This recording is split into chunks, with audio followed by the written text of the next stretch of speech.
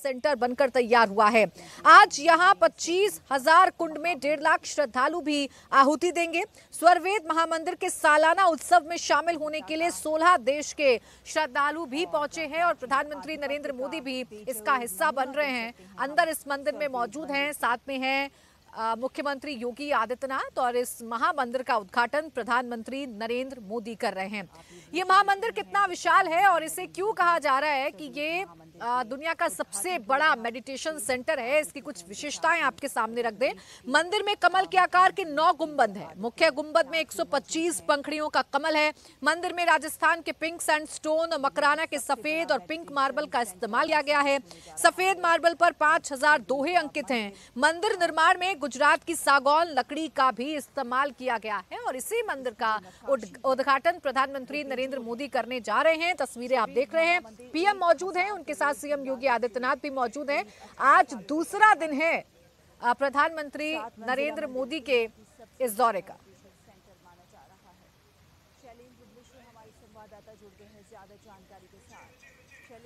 और इस वक्त मेरी सहयोगी रुचि हमारे साथ बनारस से जुड़ी हुई हैं। रुचि, क्या जानकारी आपके पास? पीएम पहुंच चुके हैं इस मेडिटेशन सेंटर में? जी बिल्कुल, प्रधानमंत्री नरेंद्र मोदी, मुख्यमंत्री उत्तर प्रदेश के योगी आदित्यनाथ इस मेडिटेशन सेंटर जिसको स्वरवेद महामंदिर कहा जाता है वहां पहुंच चुके हैं। मंदिर का लोकार्पण प्रधानमंत्री मोदी के हाथों से हुआ है और ये मंदिर 2003 में सोचिए बनना शुरू हुआ था और 2023 में आज की तारीख में भी ये बन ही रहा है। अभी ऊपर की मंजिलों में अभी भी काम चल रहा है। तो प्रधानमंत्री मोदी करीब आधा घंटा जो उनका कार्यक्रम है इस मंदिर में रहेंगे, पूरे मंदिर को देखेंगे और उसके बाद 25,000 कुंड यहाँ पर कुछ ही दूरी पर मंदिर के वहाँ पर यज्ञ होगा। करीब 1.5 लाख जो श्रद्धालु हैं वो आहुति करेंगे। तो आप इस पूरे कार्यक्रम का मतलब समझ सकती हैं प्राची कि जो 1.5 लाख 2 लाख लोग यहाँ पे जो सपोर्टर्स हैं, जो श्रद्धालु हैं इस मंदिर के, और पूरी दुनिया में ये कहा जाता है कि स्वरवेद महामंदिर के श्रद्धालु उनमें आस्था रखते हैं।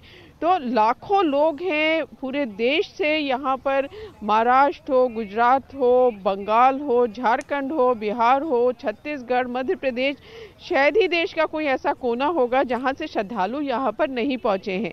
फिर विदेशों से भी श्रद्धालु आए हुए हैं, जापान है, अमेरिका, दुबई, साउथ अफ्रीका, सारे देशों से श्रद्धालु आए हैं। तो जो प्रधानमंत्री मोदी यहाँ पर जिस तरह से मंदिर देख रहे हों, जैसे अभी श्रद्धालुओं से बात करेंगे तो वो मैसेज यहाँ जो मौजूद हैं 2 लाख लोग कहा जा रहा है, सिर्फ उन 2 लाख नहीं, जो इस मंदिर के पे श्रद्धा रखने वाले लोग हैं उन सब तक प्रधानमंत्री मोदी की बात यहाँ से काशी से पहुँचेगी। जी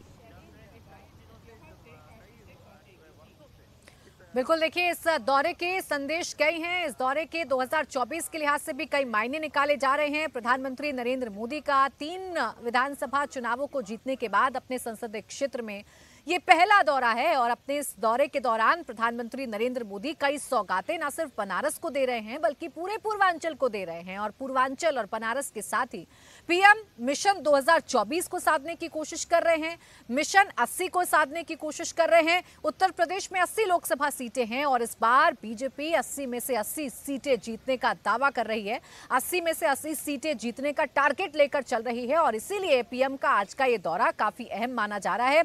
इस मंदिर में पीएम मौजूद है, इसका उद्घाटन प्रधानमंत्री नरेंद्र मोदी की तरफ से किया गया है। और देखिए पीएम जानकारी लेते हुए इस मंदिर के बारे में, 7 मंजिला मंदिर है और इसे सबसे बड़ा मेडिटेशन सेंटर माना जा रहा है। दुनिया भर से जो श्रद्धालु हैं, 16 देशों से श्रद्धालु इस वक्त वाराणसी में पहुंचे हुए हैं और इस महामंदिर में जो कार्यक्रम हो रहा है उसमें शिरकत करने के लिए पहुंचे हुए हैं। और ऐसे में प्रधानमंत्री नरेंद्र मोदी का पहुंचना भी कई मायनों में खास हो जाता है। प्रधानमंत्री नरेंद्र मोदी का आज का संदेश 2024 के लिए काफी बड़ा हो जाता है। रुचि, आगे के क्या कार्यक्रम प्रधानमंत्री नरेंद्र मोदी के हैं? अभी कितनी सौगातें बनारस को मिलना बाकी? देखिए, जब से प्रधानमंत्री मोदी यहाँ के सांसद बने 2014 और उसके बाद देश के प्रधानमंत्री बने, तो काशी को लगातार सौगातों की झड़ी एक तरह से आप कह सकते हैं कि लगी हुई है। अब तक करीब 18,000 करोड़ की जो योजनाएं हैं वो पूरी हो चुकी हैं, यानी काशी वालों को उनकी सौगात मिल चुकी है और 2,000 करोड़ की योजनाएं हैं जिन पर काम चल रहा है। आज भी करीब 19,000 करोड़ की योजनाओं का प्रधानमंत्री लोकार्पण या शिलान्यास करेंगे। तो ये जो आज की योजनाएं हैं या जो पहले प्रधानमंत्री मोदी ने दी हैं, उसमें शिक्षा भी है, उसमें स्वास्थ्य भी है, उसमें सड़कें हैं। अगर आप वाराणसी में आएंगी तो यहाँ आप देखेंगी कि सड़कें कितनी बेहतर हुई है, कनेक्टिविटी किस तरह से शहर में भी अच्छी हुई है और जो आसपास के ज़िले हैं उनसे कनेक्टिविटी बेहतर हुई है। तो सभी क्षेत्रों में काम हुआ है। जो बनारस घाटों का शहर जाना जाता है, घाट सुंदर बनाए गए हैं। यहाँ पर अब रोपवे शुरू होगी, उस पर काम चल रहा है। यहाँ पे एक इंटरनेशनल स्टेडियम का पिछली बार जब प्रधानमंत्री मोदी आए थे तो उसका उन्होंने शिलान्यास किया था, तो इंटरनेशनल स्टेडियम भी कुछ सालों बाद वाराणसी के लोगों को मिल जाएगा। आज जो प्रधानमंत्री मोदी इस यहाँ मंदिर से जाने के बाद कई योजनाओं का लोकार्पण और शिलान्यास करेंगे, वो सिर्फ काशी के लोगों के लिए नहीं है, वो मिर्ज़ापुर के लोगों के लिए भी है, चुनार के लोगों के लिए, चंदौली है, प्रयागराज है, जौनपुर है, यानी आसपास के भी जो ज़िले हैं, चित्रकूट है, वहाँ एक सोलर पार्क बनाया जा रहा है। तो सारे आसपास के ज़िलों के लिए भी उनके लोगों को भी इसका फ़ायदा होगा। अब ये सारी चीज़ों को लोकसभा चुनाव से भी जोड़ के देखा जा रहा है, क्योंकि अगर आप काशी की बात करेंगी तो 14 लोकसभा सीट यहाँ पर आती हैं। तो प्रधानमंत्री मोदी आज जो सभा करेंगे उसकी भी बाउंड्री आप देखेंगी तो मिर्ज़ापुर से जुड़ी हुई है, जौनपुर से जुड़ी है। तो जो भी प्रधानमंत्री मोदी की सभा होगी और उसमें जो प्रधानमंत्री मोदी भाषण देंगे उसका असर जाहिर है इन सभी इलाकों में होगा। पिछले 2019 के लोकसभा चुनाव में इस इलाके की अगर बात करेंगे तो जैसे घोसी है, आजमगढ़ है, लालगंज है, जौनपुर है, ये सीट्स बीजेपी हार गई थी। हालांकि आजमगढ़ बाद में बाई इलेक्शन में बीजेपी जीत गई वापस, लेकिन ये सीट्स हारी थी। अब मिशन 80 का टारगेट लेकर बीजेपी चल रही है यूपी में। अब मिशन 80 के लिए जो प्रधानमंत्री का यह दौरा है उसके काफी मायने निकाले जा रहे हैं कि इसका संदेश दूर तक जाएगा।